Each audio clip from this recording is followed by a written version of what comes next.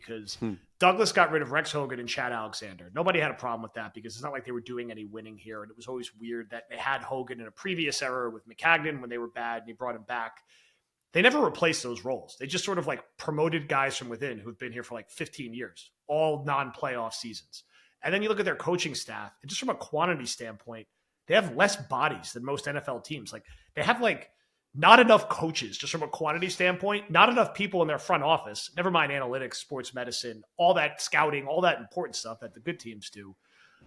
It needs to really be rebuilt. Never mind putting the wall up or the church and state between the business side of the business and the football side of the business, which I don't know if will ever fully happen, but there was a time it was better than it was shortly after they hired Parcells.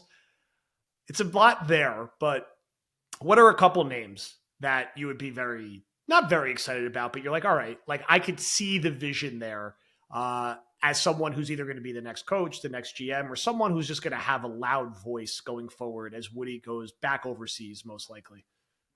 Yeah, I mean, to be perfectly honest, I haven't really dug into the personnel and the GM side of like who would make sense. I'd be curious what you guys have been thinking about in that realm. I think on the head coach side, yeah, I would love to see him take a big swing at Ben Johnson, who's done excellent work with the Lions. I think having someone that is a offensive-minded guy, and they tried this obviously with Adam Gase, didn't work out, so then they pivot to the defensive guy in Saleh. But yeah, that Ben Johnson is a name that it keeps on jumping out to me. Is, if you want to, I would like to get like one of those young upstart guys that you can maybe hit on, and then you don't have to worry about when you hire a head coach who's a play caller, you don't have to worry about having a good year and then the play caller disappears. So I that would be kind of the guy that has been popping up to me. I'm curious what you guys have been thinking. I guess part of me, it's just like the wreckage of the season. I haven't quite like turned things over in my mind to start thinking about the team from that perspective. But now at this point, it's obviously it's that type of season for the Jets. It's amazing how quickly we get there. I mean, it is wild. That Ben Johnson's going to be the big fish offensive mind.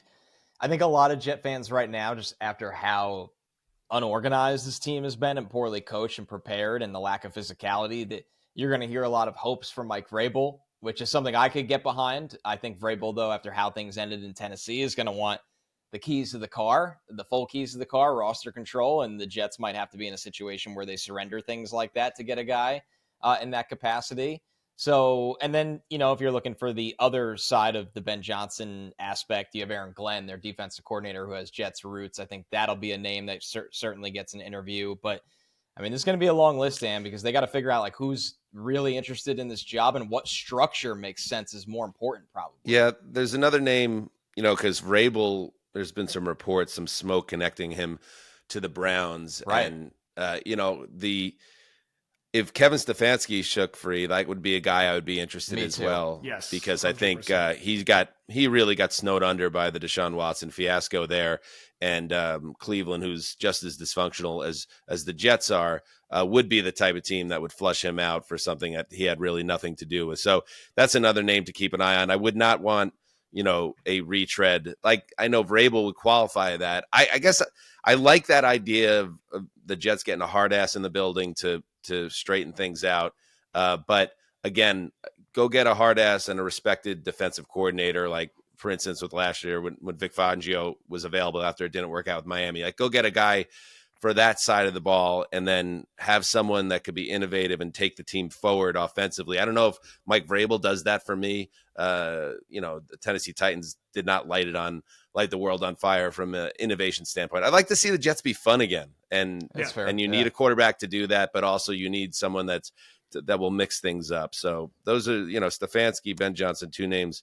I know Bobby Slowick has gotten some heat. Please, please, please do not go poach Cliff Kingsbury from Washington. That seems like a very Jets thing that some search firm would come back with that data point.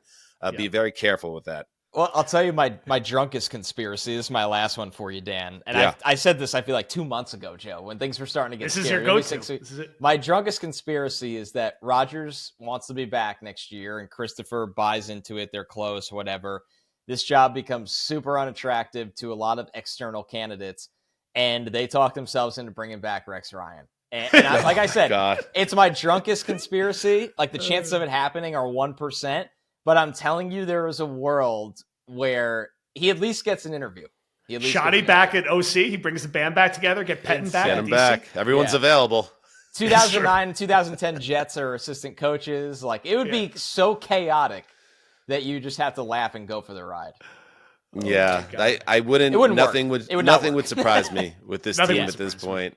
But I really do think an organic reboot where you don't blow it up and trade Sauce and Garrett and this and that. You find someone that's young and fresh and can take the team and hit the reset button. That feels like it would be going backwards, but it wouldn't shock me. Rex has been trying to get back on the sidelines for a couple of years now, and he's, I think he came close to getting a DC job. Was it maybe Dallas? The Cowboys, I think, yeah. Yeah.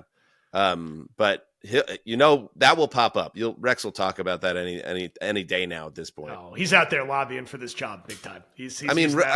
Rodgers was saying, and I guess he was just saying it because it's a nice thing to do or whatever, but he was saying positive things about Jeff Ulbrich, who might be the worst interim coach to ever grace the sidelines. Like, no offense to the guy. He seems like a good guy, but way in over his head. As long as that doesn't happen, Rodgers can't have a loud voice in the room, no matter what, because he's not the future. He might be 2025, but he is not the future of this team, and he's also kind of a nut. So it's just like, let's get this house in order. If he's going to stick around, he needs to be in his lane, and the Jets need to get smart football people in the building to make the right decisions. And take a look at the Detroit Lions, how they did it. Even if there's a couple years of pain, even the Patriots, I hate to say it, but we've blown this window where the Patriots suck again. I think they're starting to build things back up. I don't think they have the right coach, but they have some personnel coming into that building and another high draft pick on the way. Slowly but surely get this team back to where it needs to be, because we're in a very dark place. I'll close with this and with a reminder to, again, check out Heed the Call. Also, Underdog, promo code Badlands. You don't have to do higher lower for the Jets. You could, do some other teams or just take lower everything for the Jets passing offense. Every week. It's safe bets. That usually works. So promo code Badlands and get going with Underdog. It's almost playoff stretch run for everyone else in the league because everyone's alive in the AFC except for the Jets at this point. Because, of course, this is the year an 8 and 9 team is going to make the playoffs and the Jets won't be good enough to do it. We'll close with this. How do you watch these final 6 games? They're going to have a bye week. They're going to come back. They're going to play Geno at home. They're going to play the Dolphins. They're going to play the Rams. They're going to play the Jags and whatever that is at this point. They'll play the Dolphins again. And they got another game in there. I can't remember at the moment because that's how bad it's gotten. 6 games left, 3 and 8. How do you watch these games? Are you rooting for them to win? Are you apathetic? Are you rooting for the tank? Do you want to see Tyrod start 6 games and lead them to go a 5-1 finish and then he comes back next year? What do you hope to see after we all get a much needed week off from watching this team? I think I've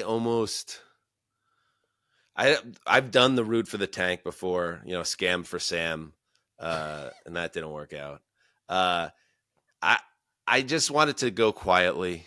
I just don't want any more embarrassment. I'm sick of being embarrassed as a Jets fan and just the humiliation of the way they lose these games. So I definitely don't want them to do the other thing they've done for the past 20 years or 15 years where they win a couple meaningless games that take them out of the draft premium slots. So while I won't be rooting for them to lose, because I always do feel better when they win games, no matter what. Like, it would be nice. Like my cousin Mike from Rockland County was here this weekend. And we just wanted to win the goddamn game against the Colts. Yeah. Just win the game. Let's just win a game so we could have a nice Sunday together. And they couldn't do that. So give us a couple of wins just so we can smile and you guys could have something positive to talk about on your show. But then otherwise, so it put us at 5-12, no humiliation. The games that they get beat, they're nondescript, and let's get to the offseason and figure this shit out. That's we own the offseason. That's our time to shine. That's when it's our season. Offseason, we're getting ready back to back. I can't wait to listen. I'm a big time listener. You guys are awesome. Thank you, Dan. We always appreciate the appearance. We love your show as well. And we will talk when the real season starts for the Jets, which will be when the coaching and GM search starts January 9th or January 10th, whatever that first day of the season is. Here we go again. Rebuild 6.0 in the drought. We'll be ready to cover it all. Thank you, everyone, for listening, and we will talk to you soon.